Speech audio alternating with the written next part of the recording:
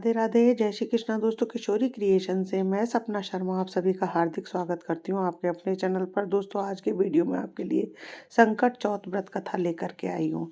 आइए सुनते हैं संकट चौथ व्रत कथा। एक बार एक साहूकार थे। वे धर्म पुण्य को नहीं मानते थे, इसके कारण उनके कोई बच्चा नहीं था। एक दिन साहूकारनी पड़ोसी के घर गई। उस दिन संकट चौथ था। वहाँ पड़ोसन संकट चौथ की पूजा करके कहानी सुना रही थी। साहूकारनी ने पड़ोसन से पूछा, तुम क्या कर रही हो? तब पड़ोसन बोली कि आज चौथ का व्रत है, इसलिए कहानी सुना रही हूँ। तब साहूकारनी बोली, चौथ के व्रत करने से क्या होता है? तब पड़ोसन बोली, इसे करने से अन्न धन सुहाग पुत्र मिलता है। तब साहूकारनी ने कहा, यदि मेरा गर्भ रह जाए तो मैं 1.25 सेर तिलकुट करूंगी और चौथ का व्रत करूंगी।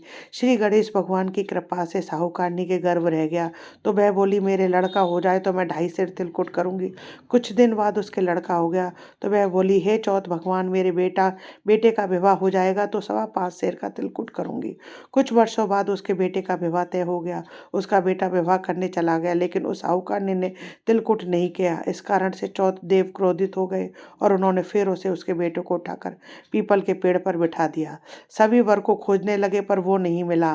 सभी हताश होकर सारे लोग अपने अपने घर को लौट आए। इधर जिस लड़की से साहूकारनी के लड़के का विवाह होने वाला था, वह अपने सहेलियों के साथ गणगौर पूजने के लिए जंगल में दूब लेने गई। तभी रास्ते में पीपल के पेड़ से आवाज आई, ओ मेरी अर्धव्याही। यह बात सुनकर वह लड़की जब वह घर आई तो उस घर आ गई और उसने घर पर आकर किसी को कुछ नहीं बताया।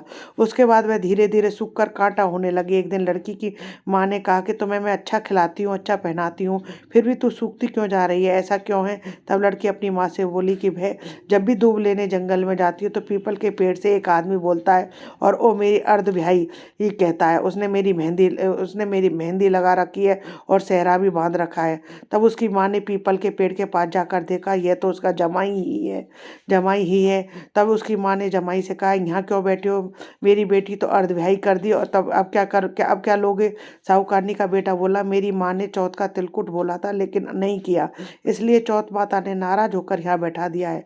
तब साहूकार से यह सुनकर उस लड़की की माँ ने साहूकारनी के घर गई और उससे पूछा कि तुमने सकट चौथ का कुछ बोला है क्या? तब साहूकारनी बोली, तिलकुट बोला था। उसके बाद साहूकारनी बोली, मेरा बेटा घर आ जाए तो मैं 2.5 मन का तिलकुट करूंगी।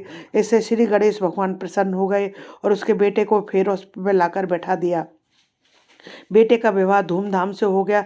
तब साहूकारनी के बेटा और बहू घर आ गए। तब साहूकारनी ने 2.5 मन तिलकुट किया। बोली, हे चौथ माता, आपके आशीर्वाद से मेरे बेटे बहू घर आए हैं, जिससे मैं हमेशा तिलकुट करके व्रत करूंगी। इसके बाद सारे नगरवासियों ने तिलकुट के साथ संकट व्रत करना प्रारंभ कर दिया। हे संकट माता, जिस तरह से साहूकारनी को बेटे बहू से मिलवाया, वैसे ही सबको मिलवाना। कहानी कहने वाले, सुनने वाले, हुकारा बनने वाले सबके मनोरथ पूर्ण करना। कथा अधूरी हो तो पूरी करना, पूरी हो तो मान करना। बोलो सकट चौथ माता की जय। बोल गणेश जी महाराज की जय। गणेश जी की कथा। एक बुढ़िया माई थी, वह बहुत गरीब थी और दृष्टिहीन थी, अंधी थी। उसके एक बेटा और बहू थे। बुढ़िया सदैव गणेश जी की पूजा किया करती थी। एक दिन गणेश जी ने प्रकट होकर बुढ़िया माई से कहा कि बुढ़िया माई तू कुछ मांग ले। तब बुढ़िया माई बोली कि मुझे तो कुछ भी मांगना नहीं आता, कैसे मांगू? तब गणेश जी बोले, अपने बेटे बहू से पूछ लेना, फिर मांग लेना। तब बुढ़िया माई ने बेटे से कहा तो बेटा गणेश जी कुछ मांगने को कहते हैं, मैं क्या मांगू? तब पुत्र ने कहा, माँ तू धन मांग ले। उसने बहू से पूछा तो बहू बोली, माँ जी अपने नाती पोते नहीं है आपके, आप नाती पोते मांग लो। बुढ़िया माई को बहू की बात अच्छी नहीं लगी तो बुढ़िया माई जो पड़ोसन के पास गई, बोली ये तो सब अपने अपने मतलब की बात करते हैं, मैं पड़ोसन से जा कर के पूछूं तो वह बताएगी।